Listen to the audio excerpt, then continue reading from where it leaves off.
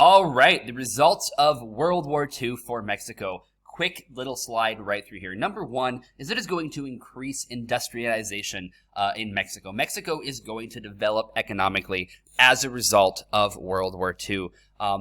Remember talking about earlier the agreement they made with the United States to be selling materials to the United States. Mexico is going to get their industry up and running, and it is going to be successful.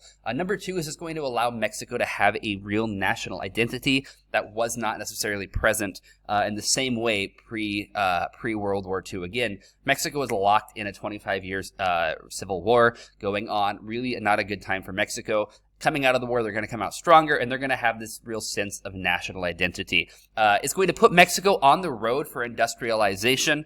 Again, it was already getting industrialized, and it's going to just keep going as it keeps moving. And it's ultimately going to get better in the 50s, 60s, 70s, 80s, all the way up to the present day. The infrastructure is going to improve in Mexico as well, because if you're going to have industrialization, you've got to have good roads, good railroads, good bridges, good canals, all that other important stuff, good ports.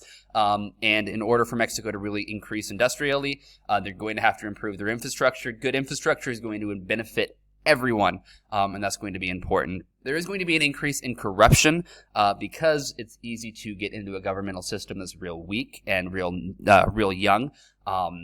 There are some problems going on right through there, which is going to lead to a number of corruption issues in Mexico, which ultimately is going to hurt the country. And it's also going to have a negative increase in inflation, okay? So the money is not really as valuable as it used to be because they're just printing so much.